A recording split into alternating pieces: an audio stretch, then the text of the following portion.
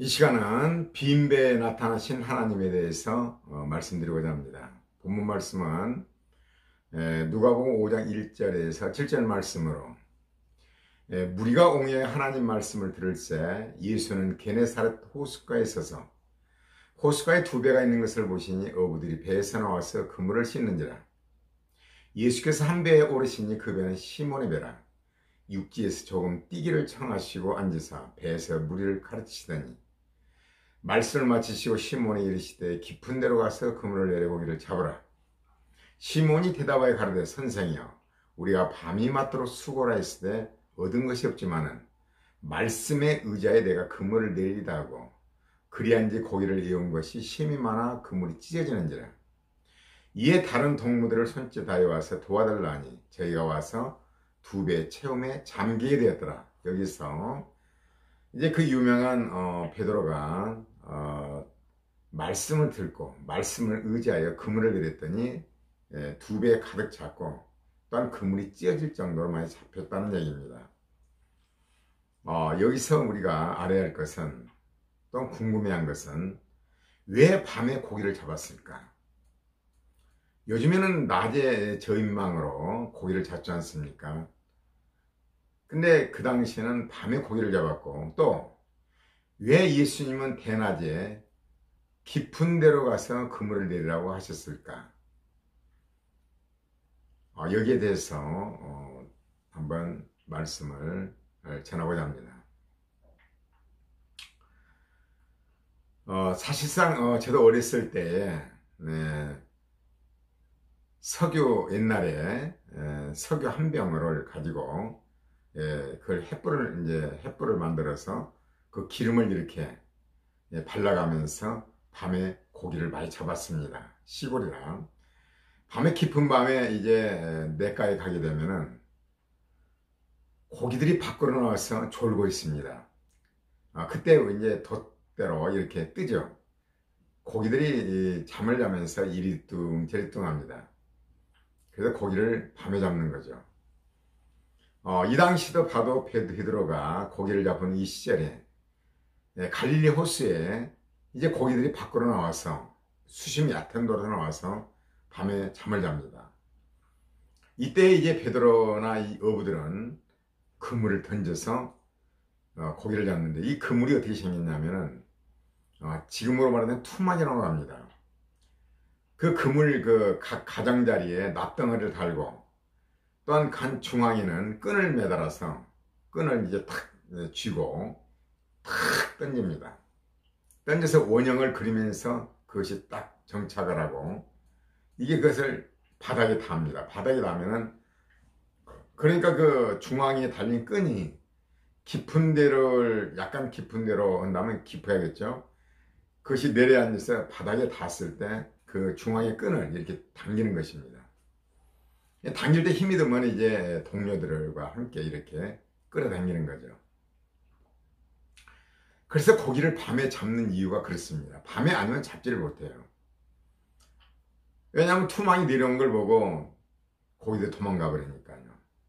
밤에 캄캄한 밤에 고기들이 잠들 때 정말 이렇게 비쩍비쩍이 이뚱비뚱합니다. 탁 던져서 잡는 거죠. 그래, 이들은 밤이 맞도록 이제 고기를 잡았지만은 잡은 것이 없었다고, 적게 잡았단 말이 아니라 못 잡았다고 얘기를 합니다. 왜냐면 이제 베드로가 하는 말은, 시몬이 대답하여 가로되 선생님 우리들이 밤이 맞도록 수고를 했으되 얻은 것이 없지만은, 얻은 것이 없었다는 거죠. 몇 마리를 잡았다든가 뭐 그것도 없고 잡은 것이 없다는 거죠. 그래서 이들은 이제 아침에 갈릴리 호숫가에 나와서 그물을 씻는 겁니다. 왜냐하면 또 그날 저녁에 가서 고기 잡을 준비를 철저히 하는 거죠. 그때 예수께서 이제 그 빈배에 오르셨습니다. 오르시고 말씀을 전하셨는데, 베드로랑 이제 자기 빈배에 올라서 말씀을 전하니까 들었죠. 그러자 예수님이 이제 다 말씀을 마치시고 깊은 데로 가서, 한낮인데 깊은 데로 가서 그물을 내리라, 고기를 잡으라, 이렇게 말합니다. 이것을 우리가 볼 때에 대낮에 깊은 데 가서 그물을 내리게 되면은 그물을 또 땅에 닿아서 이게 이제 닿았을 때 그 중앙에 있는 끈을 이렇게 끌어당겨서 가장자리에 있는 납덩어리들이 한데 모아지면서 그 안에 고기가 잡히고 끌어당기는데 그물이 대낮에 밝게 밝은 데서 그물이 내려오면 고기들이 어찌겠습니까? 날 살리라고 도망가 버리죠. 잡을 수가 없는 거죠.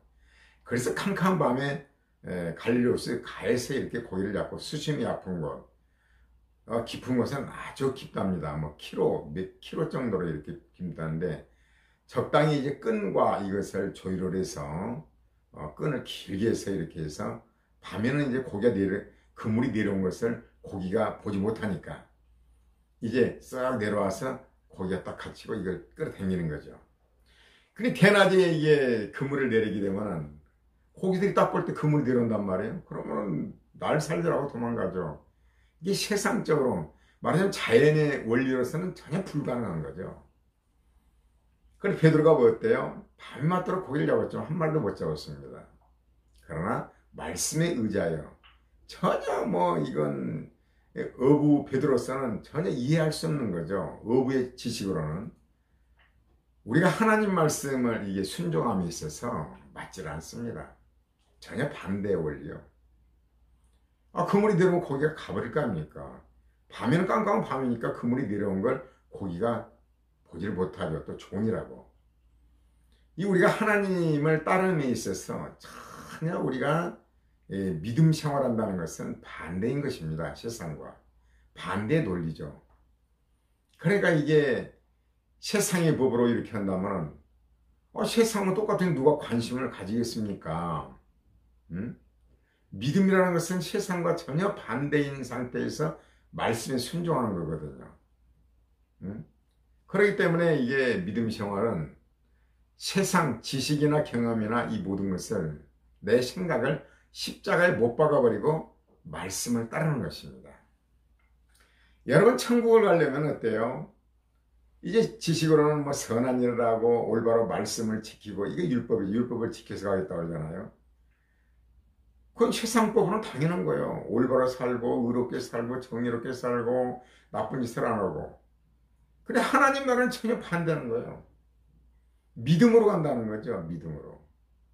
그러니까 세상 사람들이 생각할 때는 이거 뭐 안 닿는 거예요. 말이 안 되는 거예요. 세상에서 그냥 은혜로 이렇게 간다? 말이 안 되는 거예요. 예수를 믿음으로 구원받는다? 그래서 안 믿는 거예요. 웃기는 거예요, 이게. 세상과 전혀 반대라는 거죠. 신앙생활은 그렇습니다. 은혜로 말미암아 믿음으로 구원하는 거지 어떤 나의 행위가 아니죠. 그러나 서기관과 바리새인들은 어때요?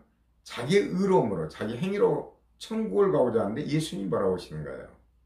그래 그들은 거룩하고 뭐 이렇게 행동 올바르게 하고 남들 보는 앞에서 막 기도하고 그런데 예수님은 뭐라고 하던가요? 그러면서 자기 의를 드러낸 거죠.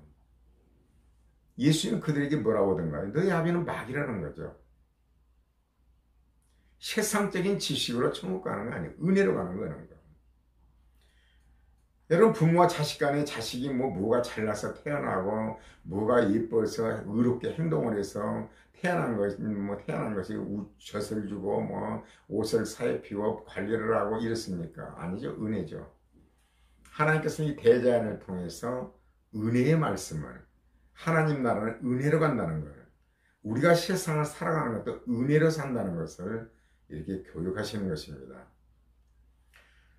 그러나 베드로나 이제 모든 어부들은 밤이 맞도록 수고를 했어요. 그러나 잡은 것이 없었어요.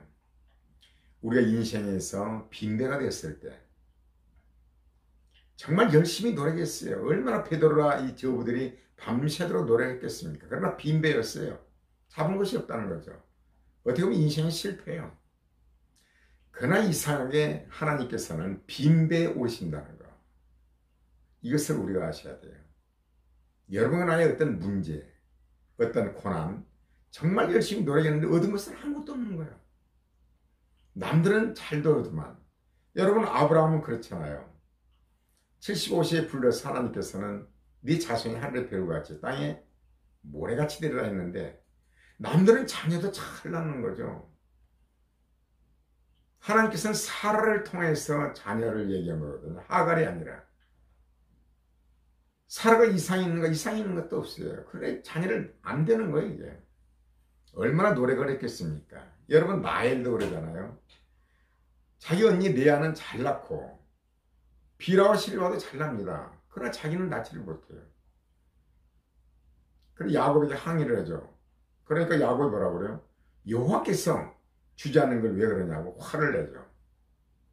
여러분 하나님의 은혜는 어떻게 보면 빈배가 된 것은 하나님의 은혜입니다. 여러분과 나의 인생 실패는 빈배죠. 이것이 바로 하나님의 은혜를 주시는 통로라는 걸 아셔야 될 것입니다. 베드로와 그 어부들 베드로 거기에는 베드로와 안드레와 요한과 야고보죠. 그들이 밤 두 배가 밤이 맞도록 수고를 했지만 아무 소득이 없어요. 빈배였어요. 거기에 예수님이 올라오신 것이죠. 하나님이. 우리가 빈배가 되었을 때 하나님을 찾게 되고 하나님 말씀이 임하게 되는 것입니다. 우리가 어떤 문제나 고난이나 정말 열심히 노력했는데 남들은 잘 되는데 안 되더라. 그럴 때 이제 이걸 가지고 기도를 합니다. 이 문제가 왜 그럴까? 전도서는 이 말씀이 나옵니다. 형통할 때는 기뻐하고 공고할 때는 심각하라. 하나님이 이 두 가지를 명하사 너희로 능히 장래일을 알지 못하게 하려 합니다. 형통할 때는 어때? 기뻐하고 공고할 때는 심각하라. 우리가 빈배가 됐을 때 심각해야 되는 것입니다. 왜 이런 현상이 나온 것인가? 성경을 묵상해 보면요, 빈배가 바로 축복이었습니다. 하나님의 복이 임하는 통로죠. 아브라함이 빈배가 됐을 때 이제는 끝났다고 생각했습니다. 사라 나이가 90세고 아브라함은 100세입니다. 그런데 하나님께서 주신다는 것은 바로 하나님의 복은 빈배가 됐을 때, 인간의 힘이 소진됐을 때 하나님의 은혜로 주어진 것만이 복이 된다는 거죠. 야곱과 에사는 한 뱃속에서 쌍둥이였습니다. 뱃속에서 다퉜습니다. 하나님께서 뭐라고 해요? 큰 자가 작은 자를 섬기려 했습니다. 그들이 선과 악을 알지도 못했습니다. 한 배요 한 씨였습니다. 은혜로 택한 야곱이 바로 하나님의 사람이고 에사는 세상 사람이었습니다. 하나님 나라는 은혜입니다. 그렇기 때문에 베드로나 이제 안드레, 야고보, 요한은 밤낮으로 수고했지만 얻은 것이 없어 빈배가 되었고, 그러자 예배를 드린 거죠. 하나님 말씀이 임했습니다. 말씀이 믿음으로 들은 거죠. 은혜로 말하면 믿음으로 구원 얻었고 은혜로 말씀이 들어왔던 것입니다. 믿음이 들어오게 되면 어때요? 기관차와 하차 같다고 제가 수없이 말합니다. 여러분 기관차가요, 기관차는 믿음입니다. 그 엔진이잖아요. 가면은 객차는 붙어있으면 되는 거예요. 그러면 목적지 가는 거죠. 은혜가 오게 되면 우리가 어때요? 은혜가 와야 믿음이 오게 되고 행동할 수가 있는 것입니다. 그렇기 때문에 이것이 은혜라고 하는 거지, 내가 어떤 믿음으로 이렇게 해서 이렇게 했다는 것은 나의 행위가 거기에 플러스되는 것입니다. 그 하나님의 뜻이 아니죠. 은혜의 말씀이 오게 되면 행할 수 있는 믿음까지, 행할 수 있는 행동, 옮길 수 있는 것까지 주시는 것입니다. 베드로, 안드레, 야고보와 요한은 그들은 정말 고기 잡는 베테랑이었습니다. 도저히 상식에 말도 안 되는 말씀을 예수님은 하십니다. 깊은 데로 가서 그물에 고기를 잡아라. 은혜로 말미암아 믿음이 들어왔고 그들은 이제 행동으로 옮기는 것입니다. 배낮에 가서 깊은 데로 가서 또 얇은 데가 아니라 깊은 데로 가서 전혀 반대는 거죠. 밤에도 얕은 데로 가서 그물을 내려야 되는데 밤에 가서 내려야 되는데 대낮에 깊은 데로 가서, 다시 말하지만 하나님 말씀은 세상의 논리와 지식과 경험과 전혀 반대다는 것을 말하고 있는 것입니다. 그들은 어때요? 말씀에 의지해 그물을 내렸더니 고기가 얼마나 많이 잡혔는지 그물이 찢어지려고 그런 거죠. 여기는 뭐예요? 그러다 두 배에 이제 고기를 가득 실어고 두 배가 잠기게 될 정도로, 이건 전복될 정도로 많이 잡혔다는 거죠. 하나님께서는 어떻게 했을까요? 고기를 그 안에 집어넣은 겁니다. 하나님의 은혜로. 우리가 신앙생활, 예수 믿고 구원받아 천국 간다는 거, 이것은 은혜로 되는 것입니다. 은혜로. 은혜로. 하나님이 역사하신 은혜로. 부모가 자식에게 모든 걸 베풀잖아요. 음식을 요리하고 옷을 뭐 이렇게 준비를 하고 모든 것 이런 거, 그 원리죠. 그래서 여기서 보면 우리가 은혜로 말미암아 믿음으로 구원을 얻고, 우리가 또한 빈배가 되었을 때 형통할 때는 기뻐하고 공고할 때는 심각하라. 하나님께서 왜 이런 현상을 허락하셨을까? 왜 이런 상황을 만드셨을까? 묵상하는 것입니다. 생각하라. 우리는 한 치 앞을 알지 못합니다. 그래 뭐라고 그래요? 형통할 때는 기뻐하고 공고할 때는 심각하라. 하나님 이 두 가지를 명하사 능히 너희로 장래 일을 알지 못하게 하려 하십니다. 알 수가 없는 거예요. 그래서 우리가 매일 순간순간마다 하나님 말씀이 나오면 그대로 순종해 나가는 것이 우리의 본분인 것입니다. 여러분, 그렇다면은 빈배란, 요즘 이 시대에 빈배란 무엇을 말할까요? 저는 그걸 묵상해 본 결과 이렇습니다. 여러분, 어떤 모든 문제가 많이 있습니다. 뭐 질병 문제, 인간관계 모든 문제. 그러나 요즘의 시대는 어때요? 정말로 사랑이 없는 이 시대입니다. 여러분, 이혼율이 급등하잖아요. 자살률도 OECD 가운데 우리나라가 1위라고 그러잖아요. 여러분, 이혼이 얼마나 요즘 뭐 아주 그냥 뭐 황혼연도 많습니다. 그전에 결혼하게 되면 끝까지 검은 머리가 팥불이 되도록 사는 것이 아주 예식장에서 주례사의 그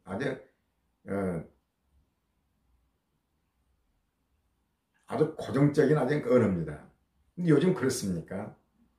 뭐 신혼여행 가서 또 그렇고, 나와서도 그렇고, 좀 살다 그렇고, 자식을 낳아서 그렇고, 또 황혼에 가서도 그렇고, 요즘 이 시대는 그렇게 파산된 이 시대입니다. 여러분, 이것이 하나의 빈배죠. 남들은 잘 사는데, 남들과 자녀들은 부모와 자식 간에도 이렇게 교제가 잘 되는데, 부부 간에 교제 잘 되는데, 나는 왜 이럴까? 이것이 빈배라고 여러분 생각해 보십시오. 왜 이런 현상이 나온 것일까? 저는 그것에 대해 묵상을 좀 많이 해봤습니다. 여러분, 이제 하버드대에서 어때요? 연구 결과에 의하면 지식은 15%고 인간관계가 85%랍니다. 그렇습니다. 사업도 그래요. 여러분, 정주영 그 회장님이 뭐 지식이 많아서 그렇게 현대라는 위대한 세계적인 기업을 일으켰습니까? 인간관계였습니다. 여러분, 대통령이 할 일이 뭐예요? 뭐 대통령이 모든 걸 다 합니까? 상업, 업, 뭐 공업, 모든 뭐 나라와 나라, 거기에 맞는 적임자를 이렇게 임명하는 것입니다. 인간관계죠. 얼마나 그러나 유능한 사람을 나이 많이 알고 있느냐. 나하고 사이가 좋고 안 좋고를 떠나서 정말 훌륭한 대통령이라면 여기에 정말 적임자가 누군가를 알고 적이 되었던, 내 사람이 되었던 그 사람을 적재적소에 심는 것이 대통령의 할 일입니다. 본인이 무엇을 한다고 생각하면 안 되죠. 그래서 대통령은 어때요? 여러분, 에이브라함 링컨 아주 유명한 대통령이잖아요. 그분은 어때요? 원수인 스탠턴을 대통령 되자마자 그 선거 때에 그 조롱하고, 아프리카 원숭이를 보려면은 이곳이 와라. 왜냐하면 에이브라함 링컨은 수염이 많고 팔이 길었기 때문에 그렇게 조롱했던 스탠턴을 대통령이 되자마자 국방부 장관을 시켰습니다. 그렇기 때문에 훌륭한 대통령입니다. 여러분, 기업도 마찬가지예요. 어느 분야를 저 사람 재능이 이런 재능이다. 모든 어떤 인적인 것은, 인간적인 것을 친척이나 이걸 배제를 하고 그 사람은 그 적시적소에 심는 것이 바로 기업에 성공할 수 있는 길입니다. 정치가 됐든 기업이 됐든 그렇습니다. 그래서 인간관계가 중요한 거죠. 그것도 무엇보다도 사랑의 사람이 되어야 되는 것입니다. 사람은 다 똑같습니다. 태어날 때 성격이 다 다르듯이, 태어날 때 사람은 개도 있고 온순한 개도 있고, 사람은 태어날 때 타고난 재능이 다 다릅니다. 장단점이 다 있다는 거죠. 여러분, 우리 몸의 지체는 어때요? 눈, 코, 입, 기관들이 다 있잖아요. 다 재능이 따로 있는 것입니다. 여러분 눈이 걸어다닙니까? 못 걸어다니죠. 눈은 봐야 되는 거예요. 귀는 어때요? 귀가 뭐를 먹습니까? 귀는 들어야 돼요. 코는 어떻습니까? 코는 냄새를 맡아야 돼요. 입은 어때요? 먹어야 돼요. 또 말을 해야 돼요. 이 몸의 각 지체가 기능이 다 다르듯이 그런 장점이 다 있습니다. 이 기체가 다 필요한 거죠. 저는 그때 어떤 영화를 봤는데 휴가라든가 그 영화를 봤는데 그런 얘기를 하더라고요. 달밤에 이제 밤에 전등불이 환한 도시를 바라보면서 마치 기계의 톱니바퀴와 같다. 여러 사람의 재능들이 이렇게 합해져서 거대한 이 지구, 이 도시가 굴러간다. 그렇습니다. 각자 재능이 다 다르죠. 그 재능을 개발하는 것. 국민교육원장이 뭐라고 해요? 타고난 재능을 개발하고. 이게 중요하죠. 그래서 기업의 총수라든가 또 나라의 지도자라든가 이런 분들은 적시적소에 그런 재능이 있는 사람을 바로 심어야 되는 것입니다. 우리나라 교육은 어때요? 1등을 해라. 학년에서 1등이라 1등이 아니죠. 미국 교육은 이렇다고 합니다. 자기가 맡은 분야, 자기의 재능에 최선을 다하는 것이 1등이에요. 하나님 나라는 얼마나 공평한지. 하나님께서는 어때요? 우리가 가지고 있는 재능, 달란트를 최선을 다할 때 하나님은 기뻐하는 거예요. 한 달란트는 한 달란트로, 두 달란트는 두 달란트로, 다섯 달란트는 다섯 달란트로. 그 일에 충실하는 것이 바로 성공인 것입니다. 청소하는 사람은 청소하는 사람대로, 대통령은 대통령대로, 장사꾼은 장사꾼대로, 정치인은 정치인대로 이거 최선을 다하는 것이 나라가 제대로 굴러가는 것입니다. 무조건 돈이 많아야 된다, 높은 자리에 한다, 성공이라 그렇지 않습니다. 성공의 기준은 그렇습니다. 청소부도 대단히 성공적인 삶을 살아가는 사람이 있고 그러나 대통령도 실패한 사람이 있습니다. 진정한 성공은 바로 우리가 맡은 분야를 최선을 다하는 것입니다. 여러분 주부는 어때요? 엄마로서 가족의 건강을 위해서 자녀를 양육 이것이 할 일입니다. 주부로서 뭐 남편처럼 이렇게 밖에 나가 돈을 번다? 그건 본분이 아니죠. 여자는 이제 돕는 배필을 졌잖아요. 그 역할을 충실하는 것입니다. 여러분 남자가 밥하고 가정 살림한다. 이건 맞지 않습니다. 남자는 어때요? 가서 돈을 벌어야 되는 것입니다. 그럴 때 가정은 화목한 가정이요. 정상적인 가정이 되는 것입니다. 자녀들이 있음으로써 살맛이 나는 거죠. 그게 정거리 법칙을 보니까 김병만이 이러더라고요. 홀로 이제 떨어져 있고 동료들은 딴 곳에 있는데 혼자 고기를 많이 잡았습니다. 문어를 잡았는데 먹으면서 이럽니다. 쏠쏠해 있어요. 이걸 잡아가지고 동료들로 나눠 먹고 이렇게 함으로써 사는 재미가 있는데 혼자 잡아다 이게 맛이 없고 정말 우울해하는 걸 봐요. 그걸 보면서 뭐를 느끼느냐. 남편으로서 열심히 벌어서 가족들이 이렇게 행복하게 먹고 이렇게 마시면서 이런 것을 보고 즐거워하고 아내는 또 요리를 해서 남편이 자녀들이 또 건강하게 이렇게 즐거워하고 자녀들은 또 학교 생활에 충실하고 이러면서 부모가 또 사는 보람이 나서 기뻐하고 여러분 사는 게 그렇습니다. 근데 요즘 시대의 빈배는 무엇인가? 부부간에 깨어지고 부모와 자식 간에 깨어지고 친척 간에 깨어지는 거. 이 원인이 어디서 오는 것일까? 이것이 난 빈배라고 생각합니다. 빈배. 남들은 잘 살던데 왜 그럴까? 빈배. 여러분요. 저는 겨울왕국 2를 얼마 전에 봤는데 겨울왕국 1보다는 정말 감동이 별로 없었습니다. 지금도 뭐가 문제를 모르겠어요. 겨울왕국 1에서는 있잖아요. 주로 인물들이 안나, 엘사, 크리스토프, 스벤, 울라프, 한스 이 사람들이 바로 주 인물들입니다. 여러분 엘사는 아주 능력을 가진 마법사입니다. 마법을 가졌어요. 얼음을 얽히고 그러나 동생하고 장난하면서 동생을 위한다는 것이 동생의 치명적인 아주 상처를 입히죠. 그 두려운 것입니다. 자기 이 능력이 바로 사용되게 되면 상대방이 다치는 거죠. 그래 홀로 이제 얼음 궁전을 져서 있는데 안나가 찾아가죠. 안나를 위안한 마음으로 못 오게 하다가 안나의 심장에 또 얼음을 박아버리죠. 심장이 얼음 막힌 겁니다. 이제 안나는 서서히 죽어갑니다. 점점 이제 몸이 이제 차가워지면서 머리도 하얗게 됩니다. 그래 이제 처방책으로 그렇게 얘기를 합니다. 크리스토프의 친구들이 진정한 사랑의 사람이 사랑을 해줄 때, 키스를 해줄 때, 안아줄 때 얼어붙은 심장이 녹는다는 거죠. 얼어붙은 심장이 녹는다. 여러분 진정한 사랑을 사랑할 때 얼어붙은 심장이 녹는다. 참 중요하잖아요. 그래 이제 안나는 한스가 그 왕자가 정말로 자기를 사랑하는 줄 알았어요. 그러나 한스는 목표가 자기의 명예욕이요.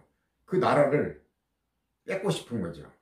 그래서 안나를 이용해서 엘사와 결혼해서 그 나라를 뺏고자 하는 것이 그의 속셈이었는데 안나는 착각 속에서 한스가 자기를 진정으로 사랑하는 줄 알고 달려갔습니다. 근데 한스는 어때요? 본색을 드러냅니다. 네가 죽어야 한다는 거죠. 깜짝 놀란 거죠. 그러면서 난로불도 꺼버립니다. 지금 얼음덩어리가 되어가는 엘사를. 안나를. 그러자 이제 어때요? 엘사는 한스를 피해서 도망 나옵니다. 도망하는데 한스는 칼을 들고 엘사를 죽이고 자기가 그 나라 왕국을 찾으려고. 그리고 크리스토퍼는 이제 깨닫고 나서 안나를 만나러 달려옵니다. 안나는 지금 몸이 점점 굳어갑니다. 얼음덩어리가 돼갑니다. 저기 보니까 크리스토퍼가 자기를 진정으로 사랑했던 사람이 한스가 아니라 크리스토퍼를 알고 그 애가 입맞추면 살아난다는 믿음이 있었는데 크리스토퍼가 좀 가까이 왔습니다. 크리스토퍼를 맞이해서 안고 입맞추면 자기 얼었던 그 심장이 녹고 살아나게 됩니다. 근데 옆에를 보니까 언니리 엘사를 한스가 칼로 내리칩니다.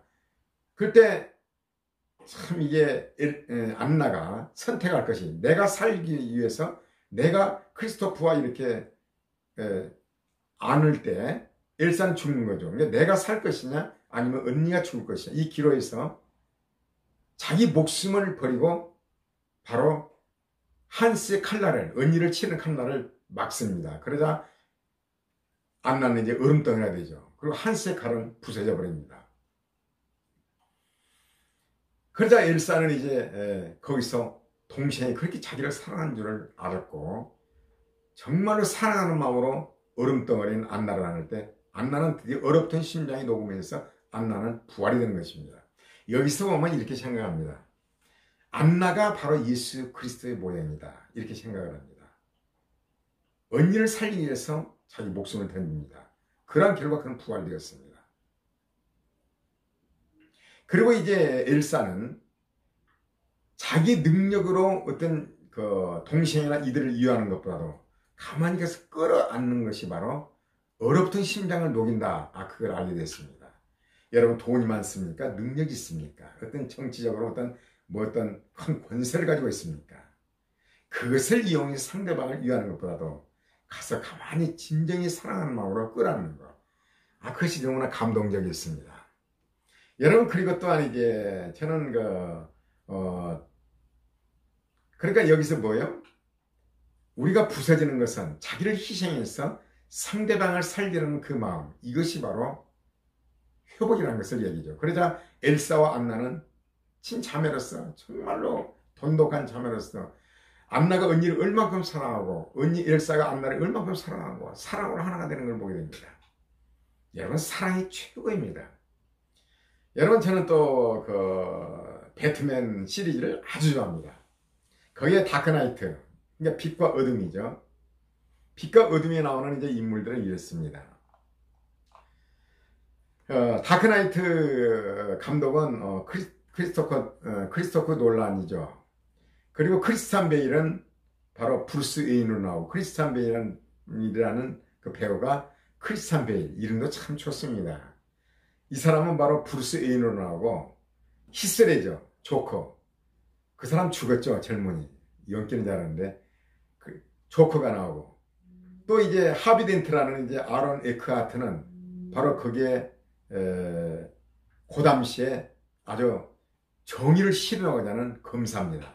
여기서 저는요 크리스찬 베일은 바로 이름 그대로 브루스 웨인인데 예수 그리스도의 모형이고 히스레저는 바로 사단의 상징이고 아론 에크하트는 성도라고 봅니다. 하비덴트, 이 사람은 성도라고 봅니다. 여기서 정말 참 마음에 깊이 생각한 것은요, 이 하비덴트라는 이 그 당시 검사는요, 자기가 정의를 실현하고자 하는 거죠. 히스레저, 이 조커를 어쩌면 죽이고자 정말로 올바른 정의를 실현하자 노력을 합니다. 근데 이는요, 이랬던 사람이 자기 애인이 정말 자기가 그들을 위해서 일했는데 경찰들을 의해서 죽임을 당합니다. 자기 애인이. 그러니까 이런 얘기죠. 자기가 누군가를 정말 이 고담시를 위해서, 고담 시민을 위해서 목숨을 걸었는데 고담 시민으로 인해서 자기 애인이 죽습니다. 근데 사단으로 나오는 말 조커는 그걸 노렸던 거죠. 여러분, 이 교회는 말입니다. 솔직히 말합니다. 저는 요즘 그런 생각을 합니다. 교회와 세상이 다른 점이 무엇인가? 요즘 그게 궁금합니다. 여러분, 다른 점이 무엇입니까? 교회는 예수 그리스도 사랑을 실천하는 것 아닙니까? 예수 믿고 구원받아 성령이 내주하는 것이 교회 아닙니까? 두세 사람이 모인 것이 교회가 아닙니까? 사랑이 넘치는 것이 교회 아닙니까? 남을 위해 희생하는 게 교회 아닙니까? 이게 성도로 비운 하비렌트입니다. 이 사람은 정말, 그래서 우리 그리스도인들은 세상을 위해서 사랑으로 정복하리라. 세상에 빛이 되리라. 선한 일을 하리라. 남을 위해 희생하리라. 그러나 배신을 당하죠. 하비덴트처럼 고담시를 위해서 목숨을 걸었는데 고담 시민에 의해서 자기 애인이 죽습니다. 이 사람이 돌변합니다. 완전히 조커처럼 사단처럼 돌변합니다. 경찰들을 막 죽입니다. 원수를 갚습니다. 이것이 바로 히스레저, 조커가 노랬던 거죠. 여러분, 사단은 우리 성도를 노립니다. 야, 네가 그렇게 사랑으로 해봐라. 예수님 보보세요. 기적을 행하고 오병이어를 베풀고 죽은 자를 살리고 병든 자를 낫겠는데 별 볼 일 없다 할 때요, 예수님 십자가에 못 박아버리잖아요. 못 박아라, 죽여라. 침을 뱉고 수염을 벗고. 예수님은 사랑했던 사람들, 이 사람들을 위해서 하늘에서 내려왔습니다. 이 사람들을 죽으려고 내려왔습니다. 이들에게 철저히 배신을 당합니다. 그 배신당한 대표자는 물론 유다죠. 그러나 예수님이 어때요? 말하자면 여기는 하비덴트처럼 그랬던가요? 너희들이 그럴 수가 있느냐? 십자가에서 내려와서 정말 다 죽일 수도 있습니다. 천군 천사를 다 죽일 수 있습니다. 그러나 예수님이 쓸쓸한 십자가에 죽습니다. 아버지여, 저들이 자기를 알지 못하나이다 하고 죽습니다. 그러나 예수님 부활하시고 세상 정복이 되었습니다. 이것이 바로 기독교인입니다. 근데 하비덴트는요, 우리는 하비덴트 같은 사람입니다. 정말 세상을 위해서 내가 너를 위해 희생하고 누군가를 위해서 희생했는데, 남편을 위해 희생했는데, 아내를 희생했는데, 자녀를 희생했는데, 모든 사람을 희생했는데 돌아온 것은 뭡니까? 그런데 이 사람이 돌변해버린 거죠. 하비덴트는요, 바로 조커처럼 변해버린 것입니다. 고담시 시민을 죽이는 사람으로. 그러나 크리스찬 베일, 브루스 웨인은 어떻습니까? 하비덴트를 위대한 영웅으로 세우고 자기가 모든 죄를, 내가 그래 배트맨이 죽였다고, 그래서 자기가 모든 죄를 뒤집어 쓰고 떠납니다. 이게 예수님의 모양이죠. 예수님의 모든 인류의 죄를 짊어지고 십자가에 죽으시잖아요. 참 그 영화를 보면서 굉장히, 여러분 영화를 보실 때 이것을 깊이 알지 못해도 한번 타보십시오. 다크나이트. 그냥 재미로 보는 것이 아니죠. 여러분, 크리스찬 베일은 어때요? 예수님의 모형. 또 조커, 히스레저는 조커로 나오죠. 이건 사단의 상징. 또 아론 에크야트는 하비덴트, 검사로 우리 성도를 가리킨다고 봅니다. 여러분, 교회가 어떻습니까? 정말 사랑으로 세상을 정복하리라. 너희가 세상에서 환난을 당하나 담더라. 내가 세상을 이겼노라. 세상을 사랑으로 정복하고자 했습니다. 그러나 배신을 당합니다. 믿었던 교회에서, 특히 또 교회에서 직분자들에게 또 배신을 당했습니다. 돈을 띄었습니다. 정말 여러 가지 상처를 많이 받았습니다. 그런 교회로 돌변할 수가 있습니다. 그들의 이제 그들을 아주 노리는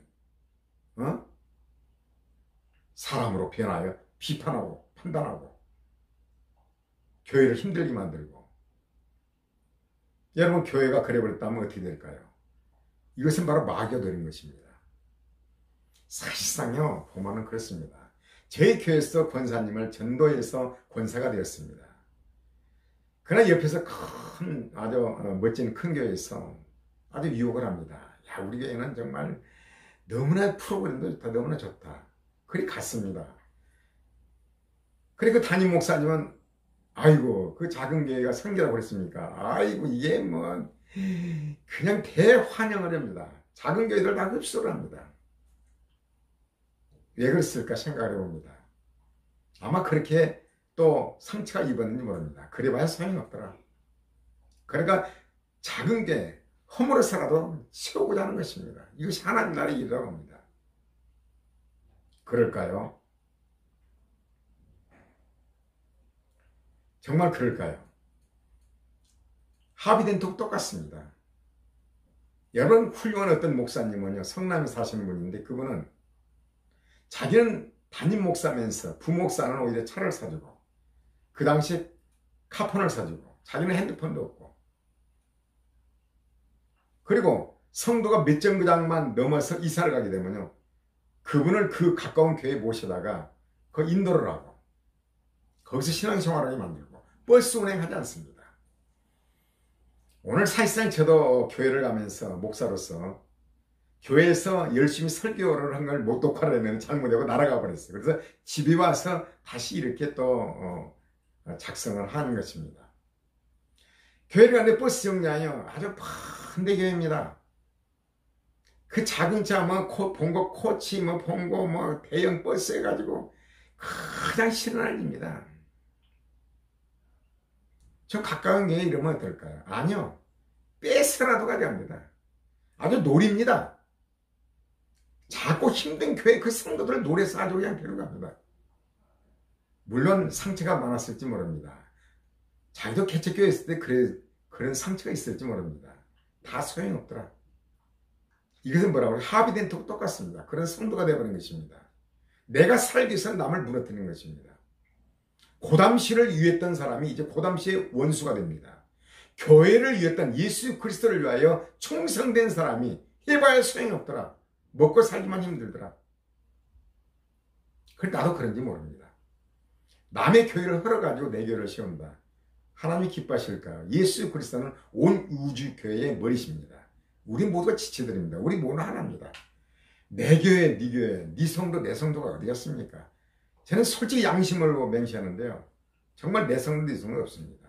어찌한데 한 영혼이라도 하나님께 사랑받고 예수 그리스도의 정결한 신부로 중매하는 중매장의 역할을 한다는 사도 바울처럼 저는 사도 바울은 아닙니다. 정말 속마음이 그렇습니다.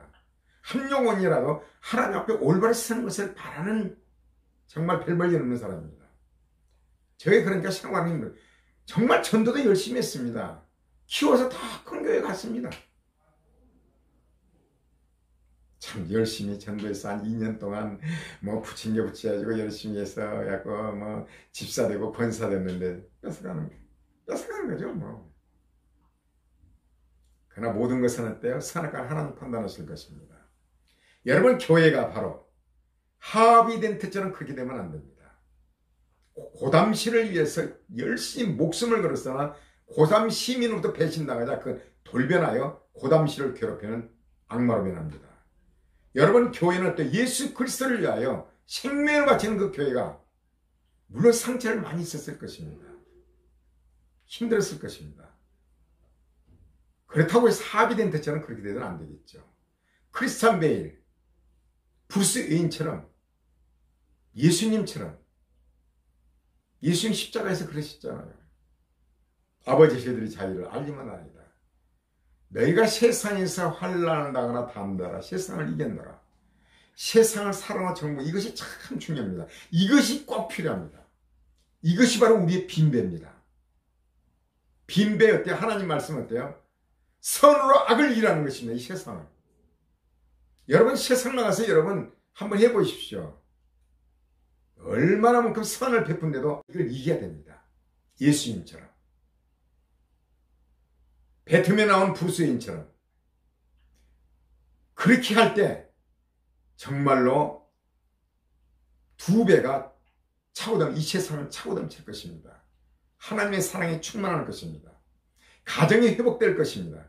부부가 회복되고 부모와 자식이 회복되고 주변이 회복되고 도시가 회복되고 나라가 회복될 것입니다. 남 얘기가 아니라 우리 스스로 우리 한 사람 한 사람이 실천에 옮겨야 될 것입니다. 분명한 것은 쉽지 않다는 것입니다. 내가 죽는 그런 고통을 당하는 것입니다. 안나가 죽어서 언니 엘사를 살린 것처럼 크리스찬 베일, 브루스 웨인이 죽어서 고담 씨를 살린 것처럼 하비 덴트의 그 모든 잘못된 것을 자기가 끌어안고 가는 것처럼 여러분 신앙생활은요 삶입니다. 삶 속에서 산 제사가 드려져야 하는 것입니다. 오늘 주일입니다. 주일날 그 형식적인 예배에 매달려서 오늘 예배를 몇 시에 가서 얼마나 드리고 얼마나 봉사를 했고 헌금을 얼마 했고 세상 나와서는 세상 사람과 똑같아 버리면 어때요? 세상 사람들 관심도 없습니다. 왜? 우리하고 똑같은데 뭐. 세상에 나가서 세상과 달라야 한다는 거죠. 브루스 웨인처럼 하비 덴트가 되지 말고 브루스 웨인처럼 겨울왕국의 한스가 되지 말고 엘사와 크리스토프와 안나가 되는 거죠. 여러분 그렇지 않고는요. 여러분 이 세상에서 잘 먹고 잘 살고 부자로 살고 큰 교회를 이뤄서 정말 좋은 차를 타고 잘 될지는 모릅니다. 그러나 하나님 앞에 섰을 때 어떻게 될까요? 하나님 뭐라고 하실까요? 예수님이 큰 교회를 이루고 돌아가셨습니까? 사도 바울이 그랬습니까? 제자들이 그랬습니까? 그들은 쓸쓸히 죽었습니다. 호야허식하지 않았습니다. 여러분 사도 바울은 자기가 선교에 그 돈을 자기가 벌면서 먹고 살고 정말 좋은 나라 성도들이 피 안 주려고 그렇게 선교를 했습니다. 바보였던가요? 아닙니다. 여러분과 나는 하나님 앞에 섰을 때 하나님 뭐라고 하실까 항상 생각을 합니다. 내가 죽을 때 껄껄 하면 안 됩니다. 이 땅에서 잘 먹고 잘 살아야 얼마나 잘 살겠습니까? 100년 산다 해도 눈 순식간에 지나갑니다. 하나님 앞에 반드시 서게 될 것입니다. 그리고 운명은 알을 때요 껄껄하지 말아야 하는 것입니다. 바르게 성도로서 또한 목회자로서 그렇게 사는 것이 바로 옳은 방법입니다. 여러분과 내가 어떤 문제, 빈배를 만났습니까? 이것을 깊이 생각해 봐야 한다고 봅니다. 고맙습니다.